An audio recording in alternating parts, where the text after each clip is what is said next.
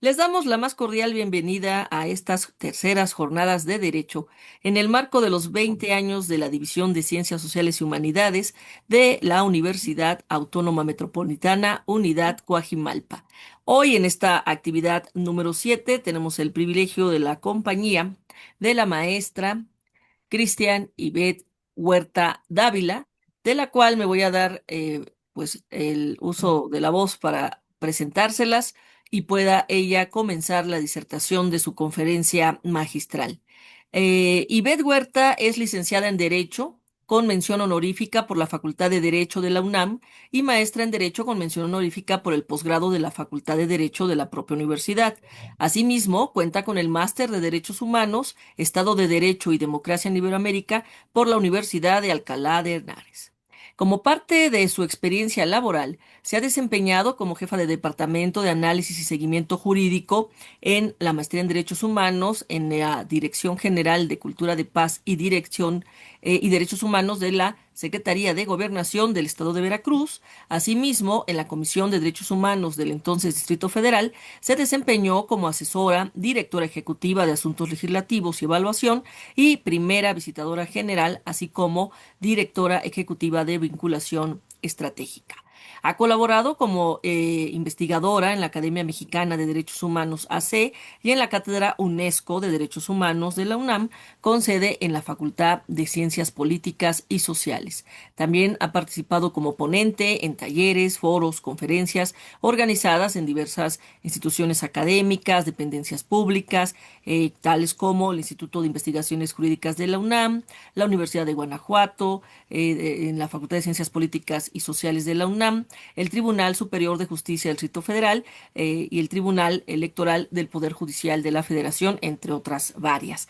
Y se ha desempeñado como profesora de asignatura en la materia de Gobierno y Derecho Humano en México en la Facultad de Ciencias Políticas y Sociales y de la materia de Lógica Jurídica en la Facultad de Derecho, ambas en nuestra Universidad Nacional Autónoma de México.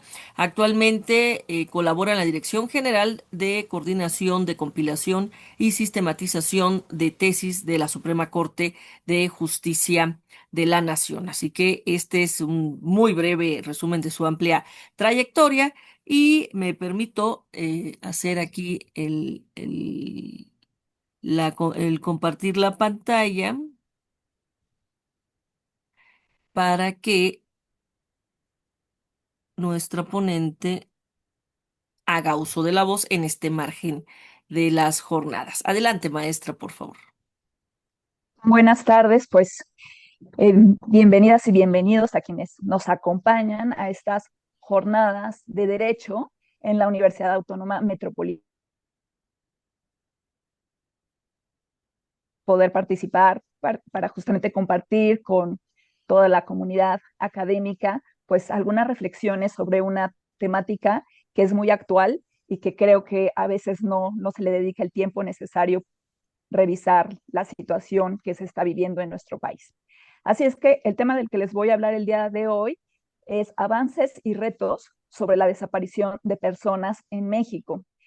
Seguramente ustedes recuerdan pues la noticia muy reciente de lo que ocurrió en el rancho Izaguirre en Jalisco, en donde justamente se encontraron pues que habían sido utilizados. Hubo ahí también un debate entre que si se trataba de un lugar en donde justamente llevaban estas personas para reclutarlas o si se trataba pues más de un lugar en donde se deshacían de los cuerpos para justamente pues no dejar rastro, no dejar huella de lo que había ocurrido, ¿no? De los asesinatos que habían podido cometer estas personas que pertenecen a la delincuencia organizada, ¿no? Así es que, pues, esto es uno de los hechos quizás más recientes que al verlo en las noticias, pues, nos mueven a plantearnos qué está ocurriendo en nuestro país respecto de lo que es este delito, pero también una violación muy grave a los derechos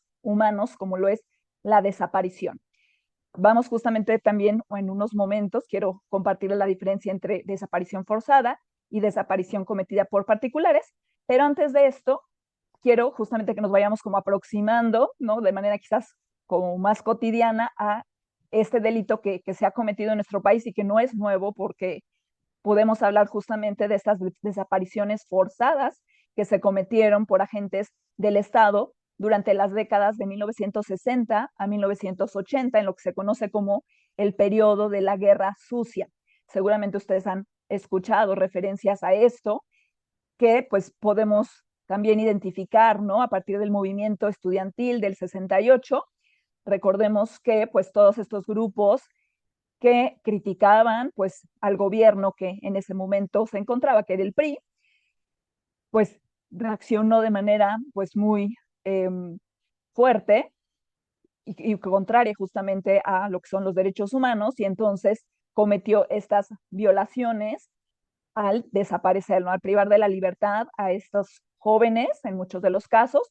En otras circunstancias también pues ya se encontraban otras personas de mayor edad, etcétera, que por dedicarse justamente a los movimientos sociales o pertenecer también a ser líderes sindicales, que entonces estaban manifestando pues que no estaban de acuerdo con la política que en su momento adoptaba el gobierno, y entonces les exigían ciertas respuestas a las problemáticas sociales que se tenían en esos años, y pues el resultado fue la desaparición cometida en contra de cientos e inclusive se puede hablar hasta de miles de personas durante estas décadas.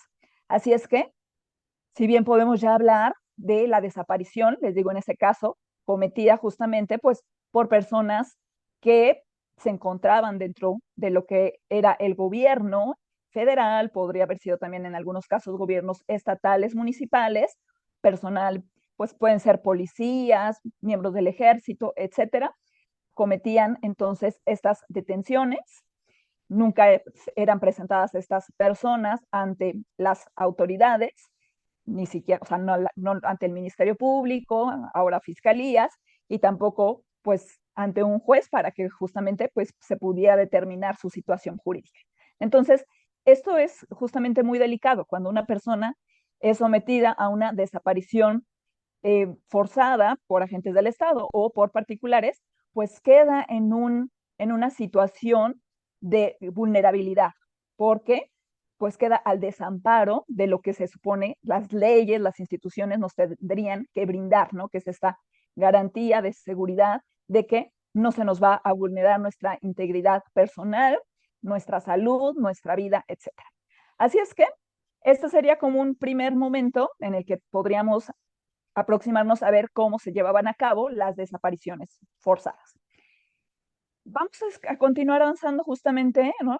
A través de los años, vamos a colocarnos unos años, pues ya más tarde, entre los años 2006 al 2012, que seguramente ustedes recordarán que se dio todo este gobierno de Calderón, en el cual se impulsó una política de la denominada guerra contra el narcotráfico. Así es que todo esto generó también pues una situación de violencia, también se desató pues en ciertas regiones del país ante las acciones que estaba realizando el Estado, que eh, iban a atacar justamente a los grupos del crimen organizado, narcotraficantes y demás.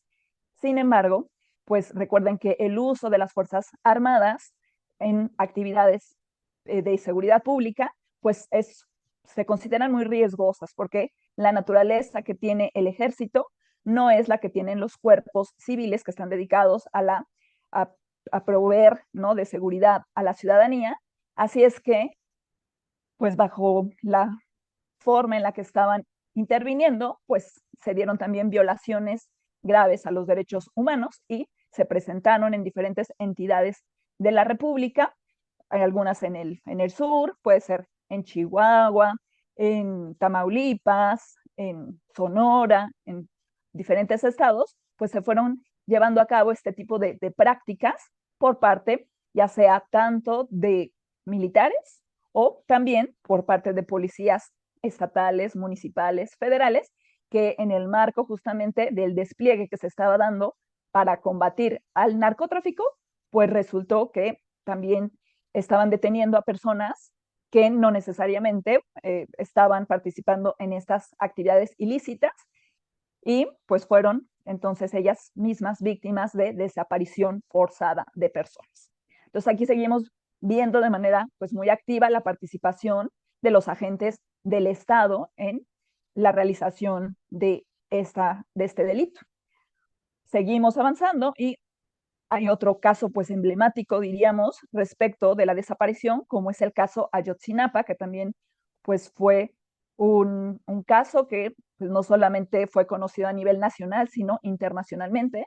Y recordemos que inclusive pues hubo un grupo, ¿no?, por parte del Sistema Interamericano de Derechos Humanos, conocido como el GIEI, que vino a México para justamente tener mayores elementos para recomendar al Estado de qué forma se podía justamente llegar a encontrar pues la verdad de lo que había ocurrido en esta noche, no en estos hechos de septiembre de 2014, que desafortunadamente implicaron la desaparición aquí tanto por agentes del Estado, pero también ya empezamos a ver justamente cómo hay intervención de particulares. Así es que pues va a ser en este momento en donde empezamos a ver también que se requerían, bueno, que era necesario el contar con toda un marco normativo apropiado para que no quedaran sin sanción la comisión de estos delitos cuando eran llevados a cabo por particulares. ¿Por qué? Porque la desaparición forzada está pensada en que quienes son los sujetos activos, quienes llevan a cabo la conducta, pues son los agentes del Estado, quienes forman parte, ¿no?, ya sea del Poder Ejecutivo, del Poder Legislativo, del Poder Judicial, de algún cuerpo de seguridad, de la milicia, etcétera. Entonces, cualquiera que sea servidor público y que lleve a cabo este tipo de delitos, entonces cometerá desaparición forzada. Cuando es cometido por parte de los particulares, entonces estamos ante un delito que se denomina desaparición de personas cometidas por particulares. Y bueno, ante esta situación de los 43 normalistas, que pues no ha sido todavía aclarado qué fue lo que realmente ocurrió, quiénes fueron los responsables, quiénes intervinieron, se han ido estableciendo algunas líneas, ¿no?, pero al 100% no tenemos todavía claridad de quiénes cometieron este delito y si ya, digamos, en algún momento se podrá sancionar a todos los responsables y dar con el paradero justamente de las personas de estos 43 normalistas.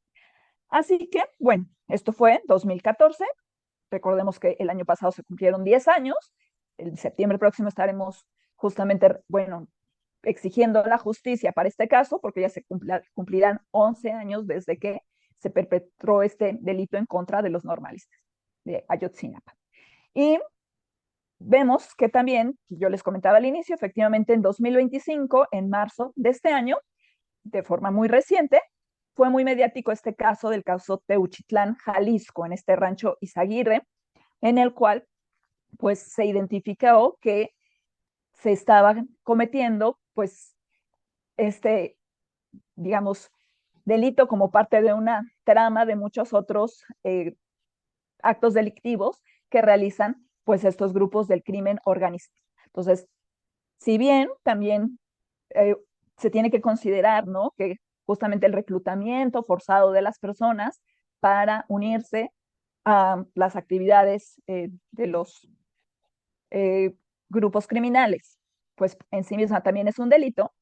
Por supuesto, el entrenarlos, el forzarlos a que pues lleven a cabo otras actividades delictivas y en caso de no aceptarlo, pues inclusive los privan de la vida y entonces se deshacían de los cuerpos, etcétera. Entonces, pues todo esto implicaba una red criminal que es necesario pues que se tenga claro de qué forma está llevándose a cabo la comisión de estos delitos para detenerlo y que realmente las autoridades puedan pues dar certeza tanto a las personas que ahí también se encuentran, si se va a llevar a cabo justamente la exhumación de los cuerpos, etcétera, pues revisar que también la entrega en su momento pues corresponda a los familiares de cada una de las víctimas. Entonces, pues hay muchas cosas que implican el analizar esto que es la desaparición de personas en México.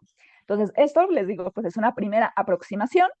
Actualmente se habla de que hay aproximadamente más de 130,000 personas que han sido víctimas de desaparición en México. Entonces estamos hablando, algunas probablemente pueden ser ya desde estas décadas de los 60, 70, pero también muchas se dan a partir de esta otra momento que yo les comentaba, de lo de la guerra contra el narcotráfico, de los años 2006 a 2012, e inclusive en los siguientes gobiernos también se han seguido manteniendo pues bastante altos los números de personas que han sido víctimas de estos delitos. Así es que, ¿qué ha hecho entonces ante este panorama? Pues las autoridades. Algo importante que se realizó en 2017 fue la legislación, ¿no? El que se legislara en materia de desaparición forzada de personas y desaparición cometida por particulares. Así que es en este año cuando aparece, ya se publica lo que es esta ley general en la materia de desaparición forzada de personas y también cometida por particulares, y también donde se crea el Sistema Nacional de Búsqueda de Personas. Entonces, esto significa un avance pues importante respecto de lo que teníamos anteriormente, ya que al tratarse de una ley general, quiere decir que el tipo penal que se incluye en esta ley le resulta aplicable a todas las entidades de la República. Entonces, no es que cada estado pueda legislar e incorporar pues ciertos elementos distintivos, no, sino que este tipo penal que queda plasmado principalmente en dos artículos, el 27 y el 34. El 27 es para desaparición forzada y el 34 para desaparición por particulares, pues se tiene que aplicar a lo largo de todo el territorio nacional.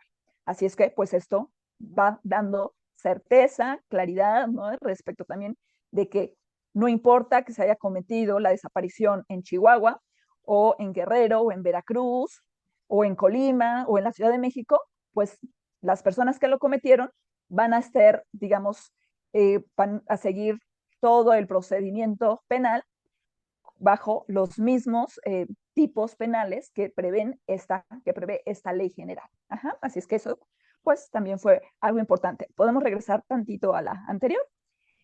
Y también algo que se hizo, que fue y que está plasmado también en esta misma ley general, es el considerar que se requería un protocolo homologado para la búsqueda de personas desaparecidas, y es decir, la investigación del delito de desaparición forzada. Así es que esto también da claridad, da certeza, unifica, homologa, porque de otra manera, pues a veces se seguían ciertas acciones para la búsqueda, que pudieran dar con el paradero de una persona que se había reportado como desaparecida, y en otros lugares, pues no se llevaban a cabo ni con la misma celeridad, ni en los mismos tiempos, etcétera. Así es que se van estableciendo acciones para cada una de las autoridades que interviene desde el primer momento en que una persona acude a denunciar que fue víctima justamente su familiar de una desaparición. Así es que todo este protocolo homologado para la búsqueda y la investigación pues ha resultado también muy favorable. Sin embargo, todavía se requiere pues fortalecer aún más para que se tengan pues mayores resultados, ¿no? Respecto de que se dé justamente con la localización de las personas en las primeras 48 o 72 horas, que son las horas clave para realmente encontrar a una persona que fue víctima de estos delitos. Ahora sí vamos a la siguiente. Y pues también quiero comentarles justamente respecto a estas conductas típicas, los elementos mínimos del delito de desaparición forzada, que justamente es el más grave por ser cometido por los servidores públicos, por las autoridades, se compone de las siguientes conductas. Primero, lo que yo les comentaba, la privación de la libertad. Entonces, cuando una persona, justamente un servidor público, puede ser un policía o algún integrante del ejército o una persona que trabaja en alguna fiscalía o de alguna otra secretaría, etcétera, si privan de la libertad a cualquier persona, cualquier ciudadano, entonces ahí, ¿qué se requerirá para que justamente se cometa el delito de desaparición forzada? Se tiene que llevar a cabo ya la privación de la libertad y se tiene que sumar lo que sería la negativa a reconocer la detención. Es decir, se acude cualquier familiar a decir, va a la fiscalía, no decir, es que acaban de detener a pues, un familiar mío y entonces me dijeron que lo iban a presentar aquí eh, a, a lo que sería la fiscalía y resulta que le niegan la información. No reconocen que fue detenida por esas autoridades, aun cuando se tienen toda la certeza de que sí se cometió esa privación de la libertad por esos agentes o esos servidores públicos. Entonces, con estos dos elementos ya se configuró el delito de desaparición forzada. Entonces, adicionalmente, se puede dar alguna otra de las opciones que aquí tenemos, ya sea que se niega a reconocer la detención esa autoridad, alguna otra que está participando y que de alguna manera te está tratando de encubrir el que se llevó a cabo esta privación de la libertad y que entonces no les quieren dar información, o lo está ocultando, ¿no? Es decir, si está detenido y entonces, pues, se lo entrega, ¿no? A otra autoridad, negando que justamente sí estaba detenida, y entonces se están dando más elementos, sin embargo, con los primeros, con que se den alguno de los que les acabo de comentar, se configura el delito de desaparición forzada. Entonces, este delito pues puede tener como varias formas de cometerse, ¿no? Entonces puede ser que cuando acuden, ¿no? Como les comentaba, si hubo una detención y entonces acuden a preguntar por su familiar, le dicen, no, yo no lo detuve, sabiendo que sí lo detuvo. Entonces, ante esa negativa, ya se está configurando ese delito. La otra podría ser que quizás le dice, pues si lo detuvieron, aquí no me lo han traído, y entonces realmente sí está también ahí esa persona, pero entonces ya lo están ocultando. Esa sería la otra forma. O niegan, ajá, o lo están ocultando, o no les quieren dar información del paradero o la suerte de las personas. O sea, sabiendo dónde está, sabiendo que sí está ahí, etcétera. Con que se dé alguna de estas opciones, ahí se estará configurando este delito de desaparición forzada de personas. La diferencia con el delito de desaparición cometida por particulares es que lo comete una persona que no es servidora pública cuando es desaparición cometida por particulares. Y la desaparición forzada es cometida por servidores públicos. Ajá, entonces ahí estaría la distinción entre esas conductas. ¿Quién las comete, no? Para saber si estamos ante uno o ante otro delito. Bueno, vamos a continuar justamente comentando algunos aspectos relacionados a la intervención de las instituciones para atender la desaparición de personas. Entonces, es importante considerar, ¿no? Que justo eh, pueden confluir, ¿no? En la comisión de este delito, pues diferentes autoridades, como yo ya les ahorita mencioné algunas, pueden ser personas que están dedicadas, ¿no? A la seguridad pública, o personas que están en fiscalías, o que se dedican justamente, que también son integrantes del ejército. Acuérdense que ahora tenemos también la Guardia Nacional, etcétera. Entonces, con que se trate de un servidor público, etcétera, se podrá dar la comisión de ese delito, ¿no? Pero ahora, ¿quién los atiende? Entonces, ¿quién le va a dar seguimiento? Entonces, normalmente una persona que fue víctima de un delito tiene que acudir a las fiscalías. Entonces, las fiscalías tienen un papel principal para realmente poder atender todo todos los resultados, ¿no? Todo lo que conlleva el que la desaparición de personas pues pueda llegar a buen término, ¿no? De que se pueda encontrar realmente a los responsables, que se pueda conocer la verdad de los hechos, ¿no? Cómo ocurrió la comisión del delito, pero lo más importante, pues dar con el paradero de la víctima.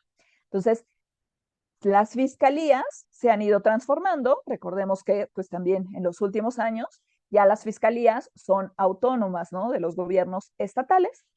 En algunos casos sabemos que todavía eso pues se tiene que fortalecer mucho más, pero Al menos normativamente, lo que se establece es que las fiscalías pues son autónomas. Entonces, las fiscalías son las que están obligadas a que justamente en estas primeras horas que yo les comentaba que son claves para encontrar a una persona que fue víctima de desaparición, pues puedan localizarla. Así es que se tiene que llevar a cabo todo este protocolo homologado de búsqueda y después pues toda la investigación y pues las fiscalías entonces son clave para que con su correcto actuar pues podamos realmente encontrar pues a las personas desaparecidas y también sancionar a quienes son responsables de este delito que es muy grave. ¿Qué otras autoridades intervienen? Pues tenemos lo que se estableció que en esta ley general, ¿se acuerdan que se denomina inclusive del Sistema Nacional de Búsqueda?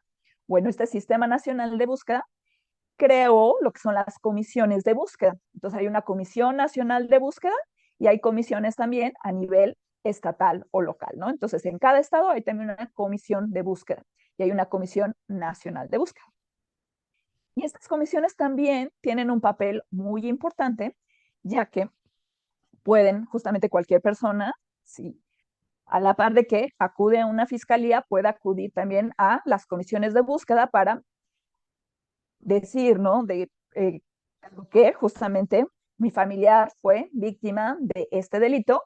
Entonces, quiero que justamente a través de estas comisiones se lleven a cabo las acciones necesarias para localizarla, ajá, para investigar los delitos y para también pues atender, ¿no? A quienes son también víctimas indirectas, como son los familiares. Ajá. Entonces, una víctima directa es quien eh, directamente recibe la acción, quien fue desaparecida, pero pues esta persona no puede acudir ante las autoridades a pedir ayuda.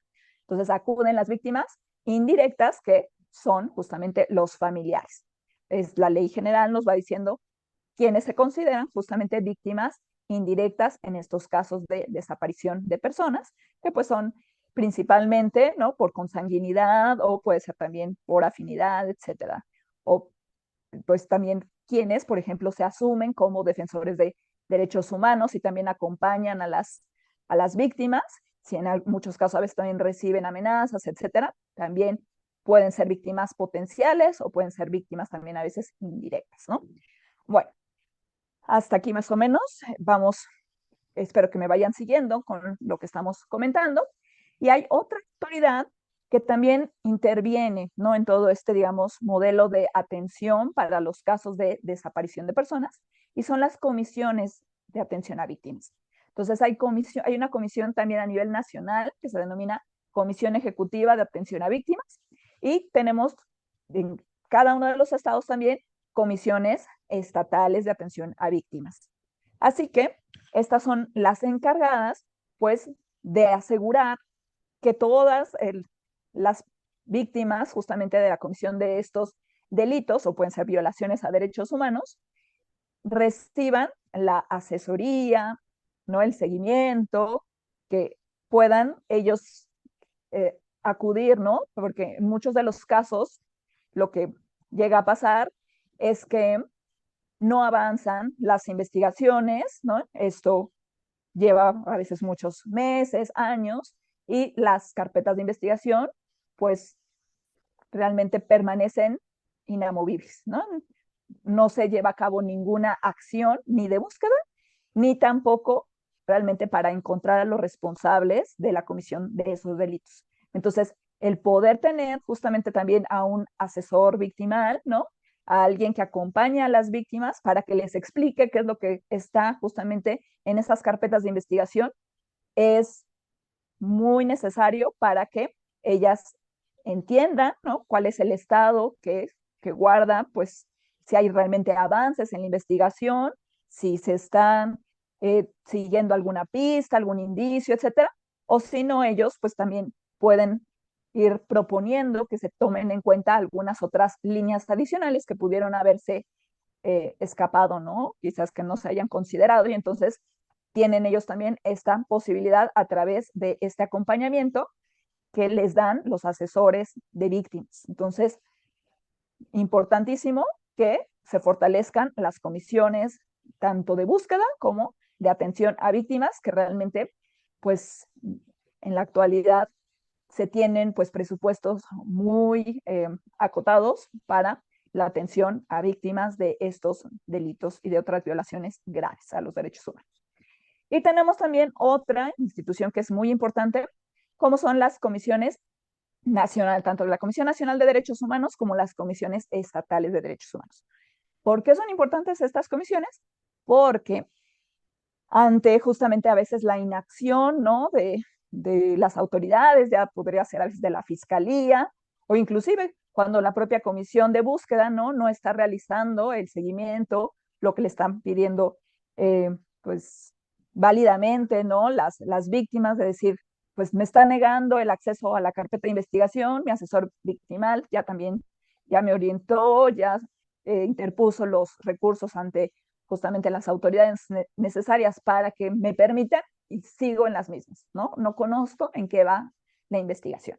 Entonces, las comisiones nacionales de derechos humanos pueden intervenir para decirle, a ver, fiscalía, ¿por qué le estás negando la intervención, ¿no? El conocimiento de esa investigación a las víctimas indirectas, ¿no? A los familiares, etcétera. Entonces, también es el acompañamiento, el seguimiento, el que inclusive pues se llevan a cabo también las recomendaciones, ¿no? Que se emiten a las instituciones que violan algún derecho humano para que pues se garantice el acceso a la justicia, la verdad, y pues también la reparación del daño. Entonces, pues todo esto, para que se pueda realizar de forma integral, es necesario que participen pues cada una de estas instituciones que les acabo de mencionar a grandes rasgos. Vamos a avanzar un poquito ahora para hablar también de este caso que nos puede servir para que a partir de este contexto actual de lo que les comentaba que ocurrió en Jalisco, pues podamos ver cómo la delincuencia organizada, si bien justamente se hablaba, ¿no? De que pues desde la época de Felipe Calderón, pues se tuvo justo este combate a los grupos delincuenciales y esto incrementó pues un ámbito de violencia en el país. Esta situación realmente no ha desaparecido, ¿no?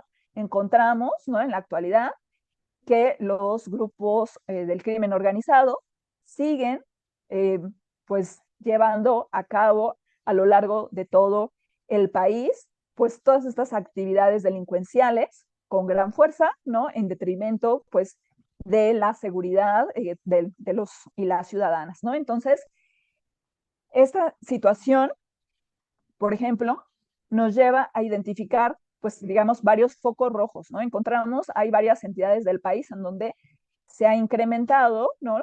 La actividad de los grupos delincuenciales, como puede ser Jalisco, justamente esta entidad en donde se encontró este rancho Izaguirre, pero también tenemos el estado de Sonora, el estado de Michoacán, tenemos el estado de Guerrero, tenemos al estado de Veracruz, varios estados también del norte, que ya en su momento yo les comentaba, ¿no? En su momento Chihuahua, Tamaulipas, Durango, Sinaloa.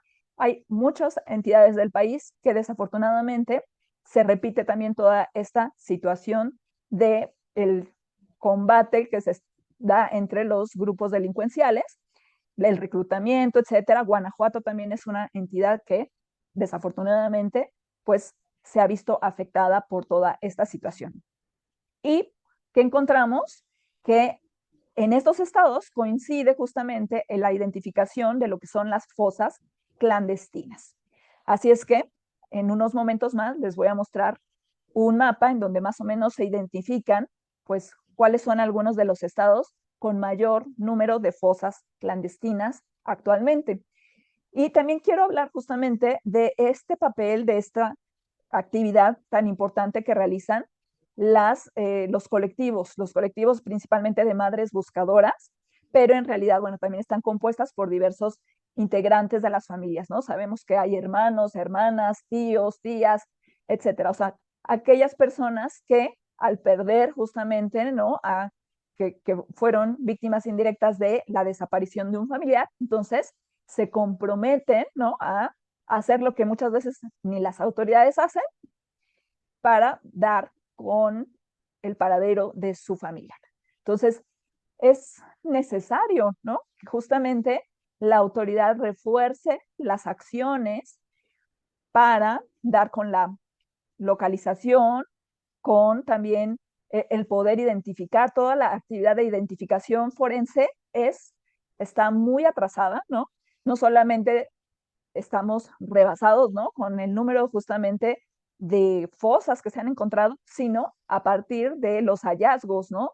De los restos que se encuentran en cada una de estas fosas, se tiene que llevar a cabo la identificación forense y hay un rezago pues muy importante realmente en todo el país. Entonces, estos son los retos que estamos viendo y que ya, si bien ya justamente la propia ley general para atender estos delitos ya tenía contemplados el que se crearan centros de identificación humana, realmente pues no hay grandes avances y pues contamos con muy pocos expertos para que lleven a cabo pues esta labor. Entonces se requiere pues crear quizás varios centros, ¿no? De identificación humana a lo largo del país, ¿no? Quizás en el norte, en el sur, en el centro, para, para ir realmente eh, atendiendo y dando resultados y también haciendo la entrega, ¿no? También en las condiciones también de respeto, de dignidad que merecen los familiares de tantas y tantas víctimas que se han encontrado en todo el país. Vamos a continuar, por favor. Y bueno, aquí está justamente este mapa que yo les comentaba, ahí aparece la fuente es Infobae, y este mapa pues nos está dando un periodo, ¿no? Que fue del 2018 al 2023. Podemos encontrar diferentes fuentes, diferentes referencias. Yo también consulté un estudio que realizó la Ibero, que creo que alrededor del 2022 también contemplaba pues toda el seguimiento de las fosas en todo el país y se hablaba de alrededor, ¿no? De entre 2.000 y 3.000 justamente fosas que hay en el país, pero eso era hace 2 años. Actualmente se dice que también por parte de diferentes organizaciones, este número, ¿no? Que tampoco se tiene certeza de que realmente se contemple la totalidad de las fosas, porque hay muchas que ni siquiera se han descubierto, pues sea lo que existe, ¿no? Algunos hablan de que pudiera llegar hasta más de 5.000 fosas en el país. ¿Cuáles son los estados en los que tienen mayor número de fosas? Ahí lo pueden observar con un color, pues como entre rosa, rojo, un poquito más oscuro. Y entonces tenemos justamente a los estados de Sinaloa, Veracruz, Michoacán, Guerrero, Jalisco, Tamaulipas, Chihuahua, Zacatecas, ajá, y ahí tenemos entonces varios estados, tanto del norte como del centro y del sur, ¿no? Entonces, no podemos tampoco decir que justamente la comisión de este delito está focalizada a unas cuantas entidades. Como yo les comentaba, realmente es en casi todo el territorio en donde se han cometido pues estos delitos y entonces esto se ve reflejado también en estos hallazgos de las fosas en diferentes entidades del país. Así es que miren, aquí tenemos, ¿no? Dice total de fosas clandestinas, 2.863 hasta estos años, ¿no? Hasta abril del 2023. Y más o menos se habla de que hay aproximadamente más de 3.000 cuerpos que han sido justamente rescatados de estas fosas. Entonces, por eso les digo, la tarea de identificación forense es muy, muy grande y es un gran reto también que tiene pues el gobierno actual para poder atender pues esta situación y devolverle a las familias pues también ya la tranquilidad, ¿no? De la entrega de aquellos cuerpos que hayan sido correctamente identificados. Vamos a la siguiente para justamente pues seguirles mencionando, aquí está, como quiero mostrar esta parte del trabajo, el dolor también, ¿no? Que llevan quienes están en busca justamente de justicia, de verdad, y es necesario entonces que que las autoridades pues participen de manera más activa, ¿no? Porque muchas veces son todos estos grupos quienes llevan a cabo pues las acciones de búsqueda. O sea, ellos son quienes se organizan. En muchos de los casos, ellos han encontrado estas fosas en diferentes entidades del país. Y son quienes llevan justamente sus palas y excavan y están dispuestos justamente a dedicarle pues mucho tiempo, mucho trabajo, y lo hacen también con pues todo el cariño de poder encontrar a sus seres queridos. Así es, esos colectivos, ¿no? El reconocimiento y también a veces la desprotección a la que se enfrentan, porque recordamos, por ejemplo, que por estos hechos de Teuchitlán, ahí en Jalisco, que se dieron en marzo, fue en abril, prácticamente un mes después de que se dieron estos hallazgos, pues asesinar a una de las madres buscadoras que justamente habían participado en todas estas acciones de búsqueda en este rancho Izaguirre. Entonces, pues muy desafortunado, ¿no? Que justamente ante toda la dificultad que ya implica el tener a un familiar desaparecido, todavía ellos pueden ser también víctimas, pues, de represalias, ¿no? Porque pues muchas veces ellos se tienen que acercar a los grupos criminales para que les brinden información y eso los coloca en una situación vulnerable. Y sabemos que también son muy pocos quienes reciben pues medidas de protección, de seguridad, etcétera. Entonces, pues todo esto los coloca en un grave riesgo. Podemos avanzar a la siguiente, por favor. Así es que esto me llevaría pues a mencionarles algunos justamente de estos retos que ya les fui platicando, pues qué acciones pendientes tendría justamente el gobierno actual para atender la situación de la desaparición de personas en México. Pues se requiere que se atienda esta falta de articulación que hay entre autoridades federales y locales. Porque si bien se habla de un sistema nacional de búsqueda, etcétera, pues muy pocas veces se ve realmente que actúen de manera coordinada las autoridades para realizar, por ejemplo, a partir de lo que se hizo el hallazgo y que ya fueron las autoridades, ¿no? Ahí sí, federales y locales, pero no, normalmente cada una trabaja por su lado y no comparten información que podría ser de gran ayuda para realmente atender y llegar a las causas de lo que está ocurriendo y dar con los responsables. Muchas veces también las fiscalías analizan los casos de manera aislada cuando realmente podría haber patrones en los que se tiene que llevar una investigación mucho más amplia, no necesariamente de caso por caso, sino identificar que puede haber cuestiones que son pues muy repetitivas. Por ejemplo, esto que ellos identificaban de los lugares en donde los reclutaban para luego llevarlos, etcétera, no es que se llevaban a uno o dos, ¿no? Sino que ya son 15, 20, 30. Entonces, todos esos casos, si se lleva a cabo la investigación de manera conjunta, por supuesto que va a tener mejores resultados a que si solamente se analiza por cada caso particular. Entonces, eso, la coordinación para por parte de las autoridades federales y locales, pues es muy necesario. O inclusive a veces autoridades de varios estados, porque hay veces que se está llevando a cabo, ¿no? Entre casi los límites territoriales de un estado con otro, y entonces, pues podrían estar compartiendo información que sería muy valiosa. ¿Qué más se tiene que hacer? Pues fortalecer la implementación de este protocolo homologado de búsqueda de personas, ¿no? Poner un mayor énfasis en decir, en estas primeras 48, 72 horas, ¿no? A partir de que se conoce que una persona desapareció, pues entonces se tiene que activar, ¿no? Este protocolo para las diferentes acciones, el echar a andar a las autoridades que pueden tener información para que rápidamente se pueda dar con la localización de una persona desaparecida. Otra acción también que sería importante es contar con las bases de datos actualizadas tanto a nivel local como federal. La ley general contempla que haya pues varios sistemas, ¿no? De bases de datos, tanto de las personas que están desaparecidas, como también todo lo que tiene que alimentar la identificación, ¿no? De todos los datos de identificación forense. Y realmente esto, pues como yo les comento, pues ha avanzado muy poco. Así es que hasta que no se realice un mayor esfuerzo, ¿no? Y se tenga realmente toda esta información, pues vamos a tener mucha mayor grado de avance, también en favor, pues, de todos los familiares de las víctimas de desaparición. Se requiere también avanzar en la creación de estos centros de identificación de víctimas. Yo ya les comentaba que se prevé un Centro Nacional de Identificación de Víctimas, pero en algunos momentos también se planteaba ¿y por qué no hacer varios centros como regionales, etcétera?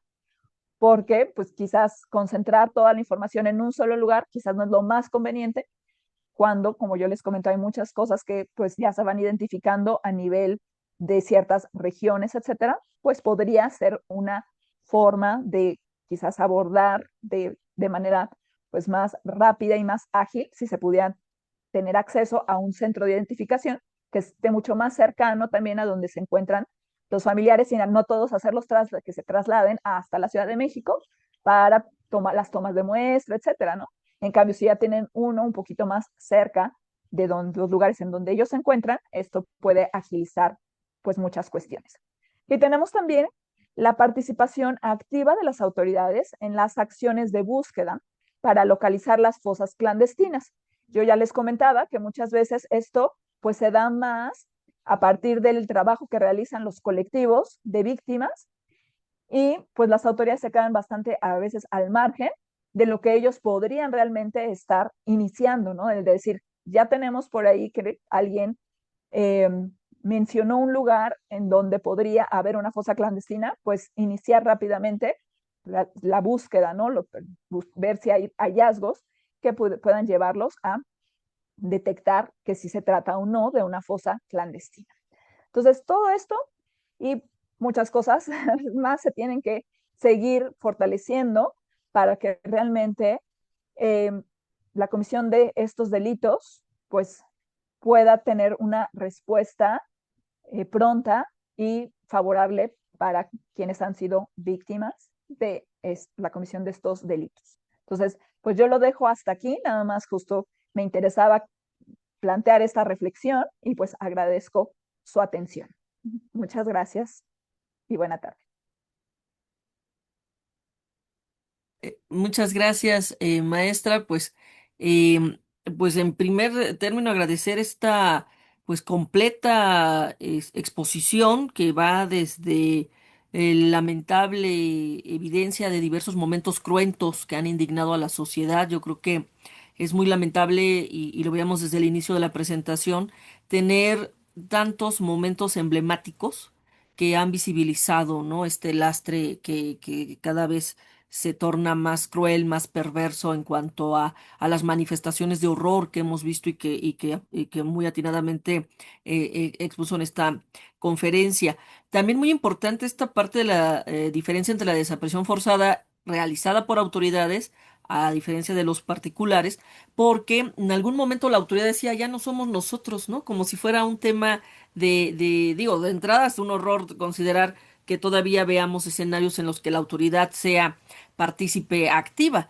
Pero, pues es una de las grandes exigencias estas omisiones en cuanto a dejar de atender adecuadamente la persecución de este delito y sobre todo no solo la persecución en este derecho a la justicia y a la verdad de las personas que lamentablemente ya están padeciendo la ausencia de un familiar, sino la prevención y de ahí muy importante esta claridad también del tipo penal, ¿no? O sea, de cómo que sí vamos a entender que no. Hemos visto también otra perversión institucional donde pareciera que se empiezan a hacer confusiones conceptuales y eso pues resta eficacia al momento de llevar a cabo las investigaciones. Entonces creo que es muy importante este apartado en el cual se aclara con precisión cuáles son las componentes de este tipo penal. Ver también el aspecto de las autoridades es de veras pues negligente lo que hemos revisado desde que la ONU ya había recomendado al Estado mexicano diversas acciones sobre que obviamente un cuerpo no identificado no se debe incinerar, el tema de un padrón, la homologación de protocolos, etcétera. Y eso fue desde incluso antes del evento. Que a la fecha se nos queda de ver de una claridad tanto a familiares como a la sociedad de Ayotzinapa. Y vemos que pues pareciera que quieren descubrir el hilo negro y ahí están esas recomendaciones que tardíamente se vienen atendiendo. Ver esta cuestión de la coordinación de autoridades, yo creo que este protocolo único tendría que hacer una diferencia para lograr una mayor eficacia. El contexto actual, pues yo creo que sí es algo que nos trastoca, ¿no? Esta parte también de lo que está ahí en lo que se llamó ya en varios reportajes que incluso han sido premiados internacionalmente, cuando se llamó México País de Fosas, ¿no? Creo que esa fotografía del mapa, pues es desolador porque vemos que pudiera haber, ¿no? Para las personas que en su momento están buscando a su familiar, pues una opción de identidad, de identificación. Entonces, por un lado está esa parte omisa, pero la otra es negligente, que llega a ser cruel para las familias que pudieran ya tener a un familiar identificable y que no se agilicen esos momentos.